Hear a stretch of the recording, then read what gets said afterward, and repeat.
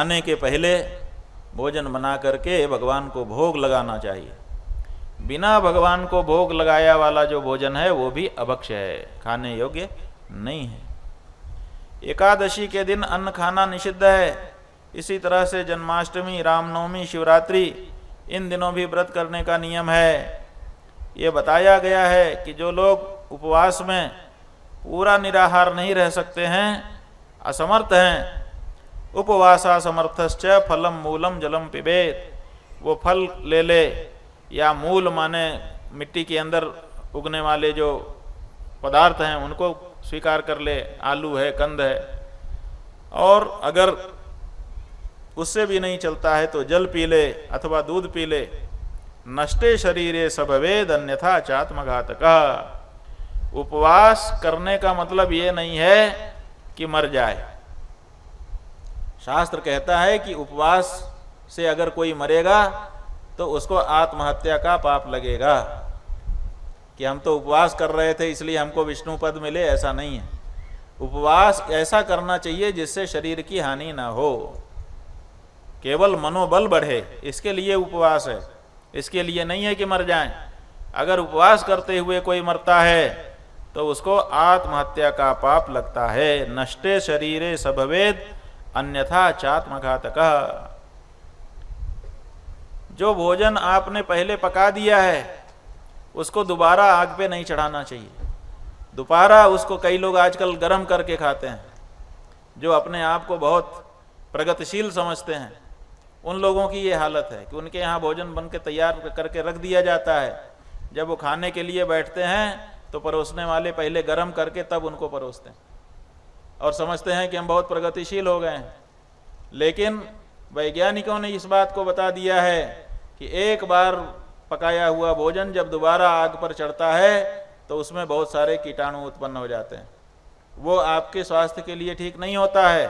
और हमारा धर्मशास्त्र भी कहता है द्विश्चिन्नमन्नम, जो 2 बार पकाया गया अन्न है वो भोजन खाने के योग्य नहीं होता है। इसी तरह से जैसे चिवड़ा होता है, चिवड़ा को पहले धान जब रहता है तभी उबाल लेते हैं, बाद में फिर उसको कूटा जाता है, वो भी 2 बार पकाया हुआ हो जाता है। तो कुछ लोग तो कहते हैं कि ठीक है, बिहार आदि में उसको खा लेते हैं, लेकिन शास्त्र की दृष्टि से देखें तो वो भी 2 बार पकाया हुआ होने के कारण भोजन के योग्य नहीं होता है।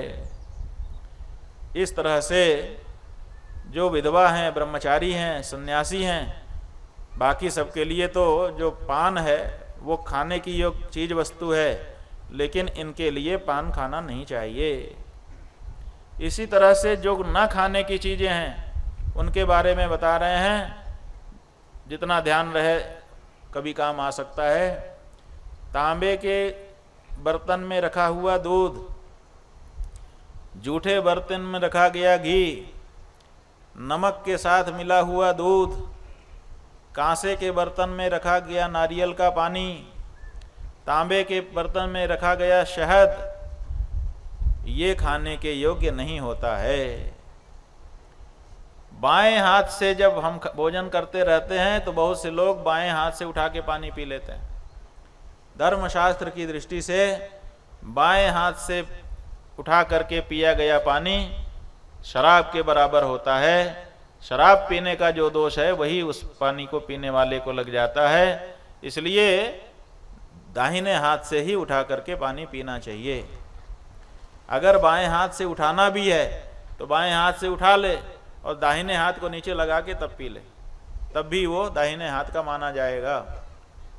जो भगवान को भोग नहीं लगा ऐसा भोजन, जो भोजन किसी ने खाया उससे बचा हुआ है, जो पानी किसी ने पिया उससे बचा हुआ है, वो भी खाने के योग्य नहीं होता है।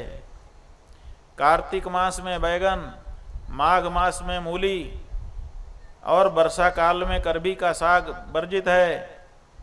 इसी तरह से मसूर, ये भी खाने के योग्य नहीं माना गया है। और जो उपनयनधारी हैं उनके लिए मछली भी वर्जित है। जो मछली खाता है ब्राह्मण जनेऊ धारण करके, वो 3 रात लगातार उपवास करे तभी पवित्र होता है। प्रतिपदा को कद्दू, द्वितीया के दिन बृहति, तृतीया को परवल, चतुर्थी को मूली, पंचमी को बिल्व फल, षष्ठी को नीम, सप्तमी को ताड़ फल, अष्टमी को नारियल, नवमी को लौकी और दसवीं को कदम्बी का साग, एकादशी को सेम, द्वादशी को पूतिका माने पोई और त्रयोदशी को भंटा, चतुर्दशी को उड़द नहीं खाना चाहिए। इसी तरह से रविवार के दिन श्राद्ध की तिथि में व्रत के दिन स्त्री सहवास करना, तिल का तेल मर्दन करना, उड़द खाना और लाल रंग के जो शाक हैं उनका भक्षण करना, कांसे के पात्र में भोजन करना निषिद्ध है। दिन में सोना नहीं चाहिए, रात्रि में दही नहीं खाना चाहिए, प्रातः संध्या और सायं संध्या के समय सोना नहीं चाहिए। इसी तरह से रजस्वला का पकाया हुआ भोजन, व्यभिचारिणी स्त्री का भोजन, यज्ञकर्ता पुरोहित का भोजन और शुद्ध का श्राद्धान्न वर्जित है। प्रातः काल स्नान करना, श्राद्ध के दिन में, व्रत के दिन में, अमावस्या, पूर्णिमा, संक्रांति के दिन में, चतुर्दशी, अष्टमी, इन दिनों में सरसों का तेल लगाना प्रशस्त माना गया है।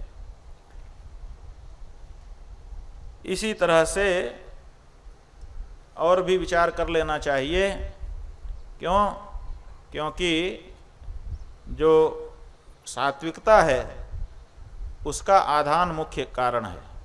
कैसे हमारे अंदर सात्विकता बढ़े, उसको बढ़ाने के जो उपाय हैं उनको समझ करके व्यक्ति को अपना लेना चाहिए।